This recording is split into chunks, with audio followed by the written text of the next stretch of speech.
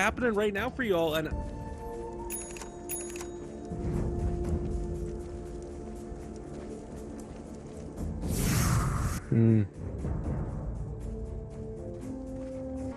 You have been. Interestingly, ended up going for the boots first. A little bit unconventional, but it makes a ton of sense against this DP with the Spirit Siphon. Again, this is a change that we've seen, is the way in which DP needs to get played nowadays. You really do need to. I mean, it's sort of like playing against the old Razor in a certain way as well. You wish.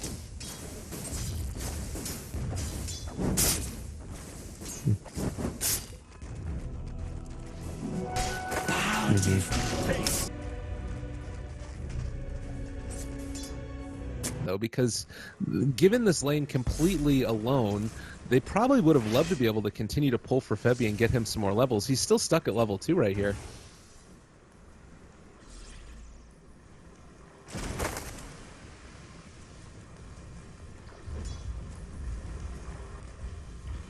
Yeah.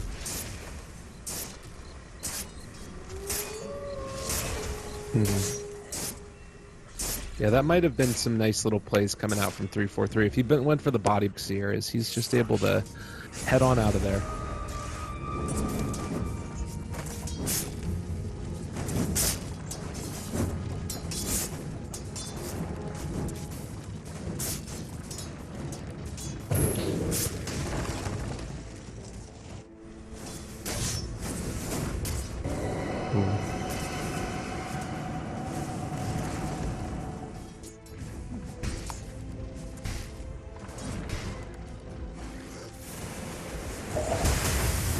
Oh, and this is what we were talking about. Just a quick and easy jump forward. They find the kill. 343 has decided to reveal himself as well. It is maybe going to fall. They find the return kill. MidOne hops in for that and is going to be able to kill off the DP as well. So a quick rotation coming out, and they're able to find one there as Ember Spirit picks him up.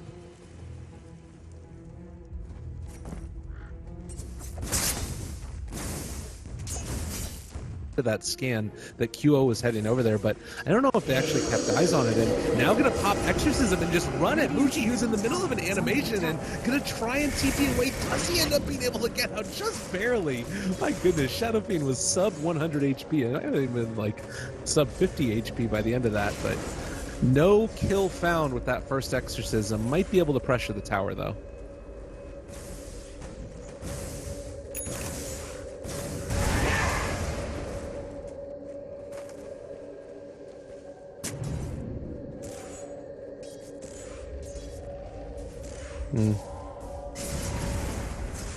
Pretty high level plays indeed, and MuShi making a pretty good use of it. They are going to be pressuring in the tier 1 tower now. Rotations can come in an instant if they're not careful. The TP scroll is up on the Ember Spirit, and with DUBU hanging out behind here, places the ward down as well. This is going to get some really great vision, and we're going to see if they try and do anything with it. Meanwhile, the top lane is being creep cut by Ohaiyo as well as 343, so I'll ensure this tier 1 in the top lane.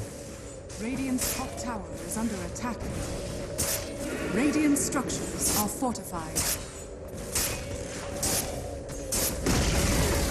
Radiant's top tower has fallen. Time is money. Oh, and a DD rune as well from MuShi. They spot out that he picked it up. This could be big, and they actually look like they want to go in and take this fight. It's going to be the catch, and Ohio's going to be controlled for the moment, but right into a hell of a lot of raises. They're bringing down QO very low, no X. As you said, and it looks like they're going to be able to take it as the Chronosphere connects on him, but you're going to be able to pull back MuShi out of the Chronosphere with the swap. DJ doing it big, 3 dead, and man, Fnatic come out on top in a big way.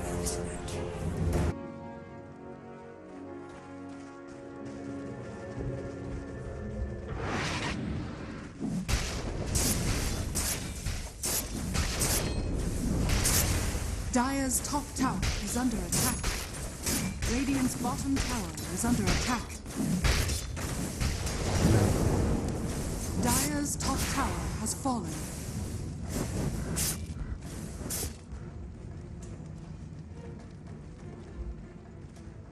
Well, and if he starts building into a couple of those damage items as well, I mean, naturally there's the Vengeful Spirit swap away from the Chronosphere, so he needs to hit onto multiple high-impact heroes, or possibly at least one other hero plus the Venge. So that, to me, feels like maybe one of the ways that you take this fight now. Dire's structures are fortified. Dire's middle tower is under attack.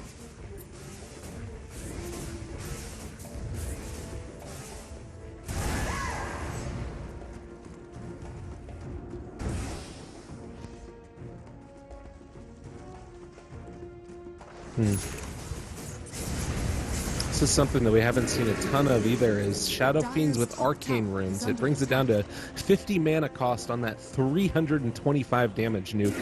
Pretty ridiculous if we're going to be completely honest about it. And whenever you end up being able to have those, being able to throw out the damage time and again, it's pretty good.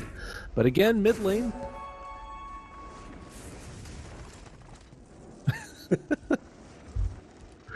No, not really at all. So what's the play now for MVP? We're still seeing that Fnatic are taking an advantage in terms of net worth, 2,500 gold into their favor, and experience right around 4,000 as well. We talk about the Void being able to make a lot of plays in this game, but regardless, the towers are still starting to go down, and Shadow Fiend takes the one mid.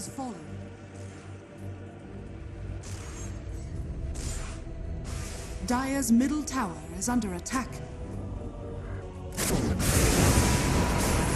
Oh, they tried to swap DUBU into the Requiem of Souls. They still find the kill. Bounty Hunter taking down the Tusk.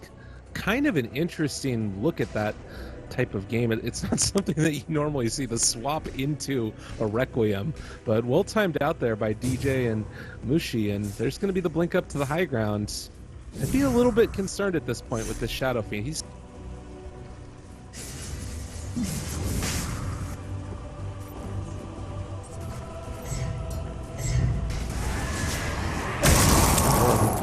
MidOne gonna get jumped on. Oh, gets his Ohaiyo, but not sure if that's quite enough. They get the stun and being able to get the bash onto MuShi, and they end up being able to throw out the Spirit Siphon. The shards are also gonna go through, and now controlled for the moment, gonna bring him back. That's gonna be a wall onto several, and I'm not sure if they have enough damage for this. Guess what? That's actually, is that a pipe that's already out?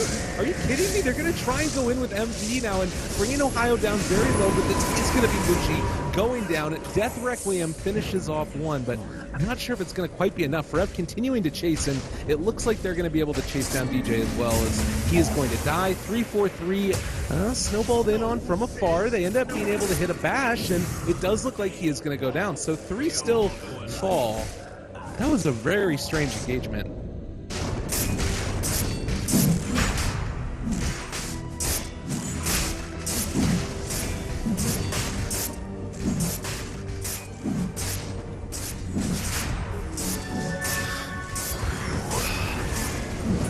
Yeah, this is scary. They jump in, a lot of damage coming out. They haven't actually ended up throwing out anything, and the A-Blast is going to connect. DUBU's still alive for the moment. The Omni Slash backing up to duo. He's on the high ground now, but it looks like everybody from MP is going to go down, but they buy back on the Faceless Void.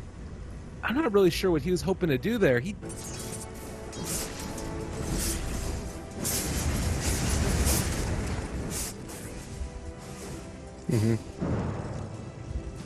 Dire's middle tower is under attack.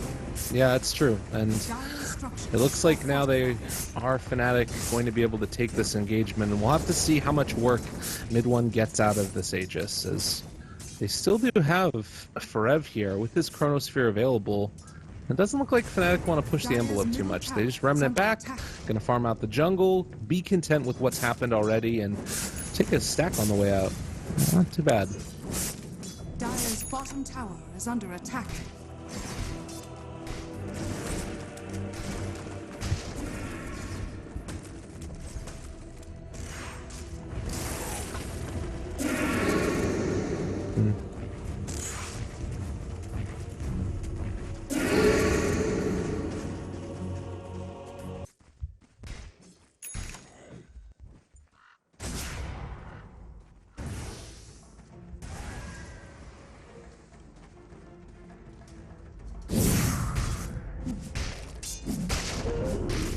Dire's bottom tower is under attack.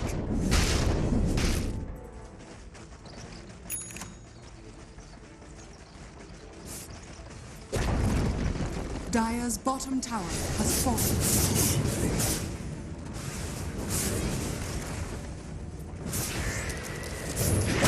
Absolutely. Well, the A blast comes through again, and the snowball is going to be onto the Ember Spirit, which shouldn't end up causing too much issue. Actually, it's just on the creep wave down below him. So another combo comes out. DUBU dropping low. Needs to get out of here. Actually, he's just going to get remnant on. Doesn't die.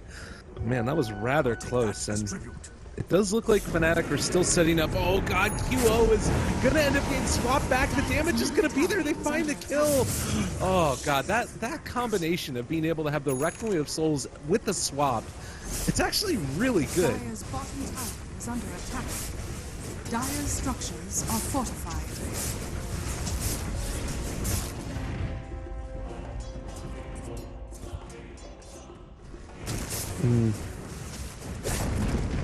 Dire's bottom tower has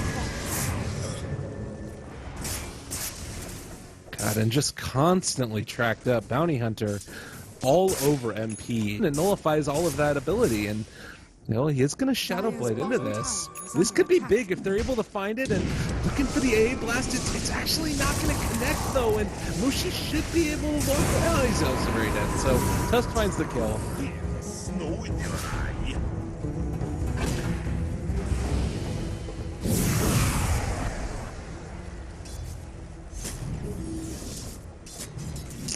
Well, they drop down a Sentry Ward as well as the Observer, and it looks like they are going to continue to mess with Forev a little bit. Still 90 seconds before Chronosphere is back up, but the Aegis did just expire. So things looking okay. MVP are making their way back into this.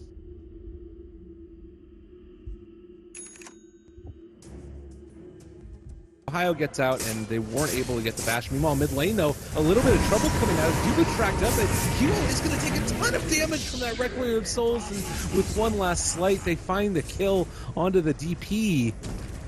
Dire's middle tower is under attack. Dire's middle tower has fallen.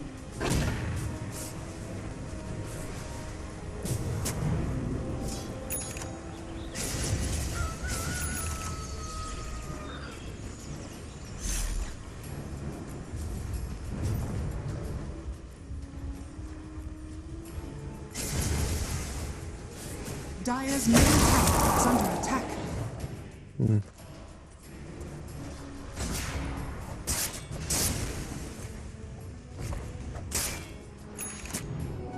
Never refuse gold given.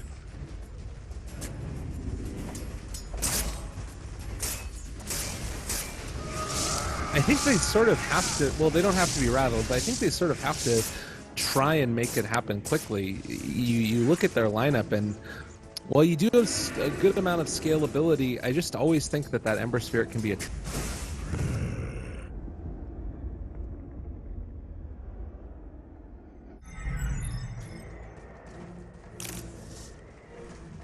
Dire's top tower is under attack.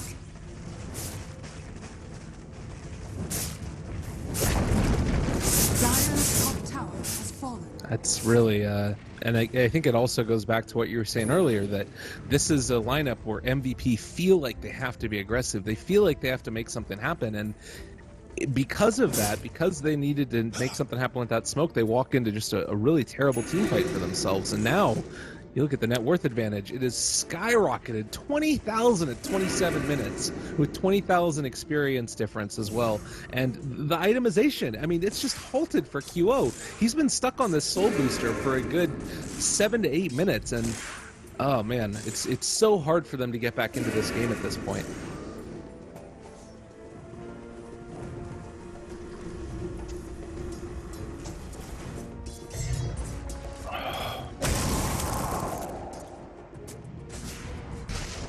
Tracked up.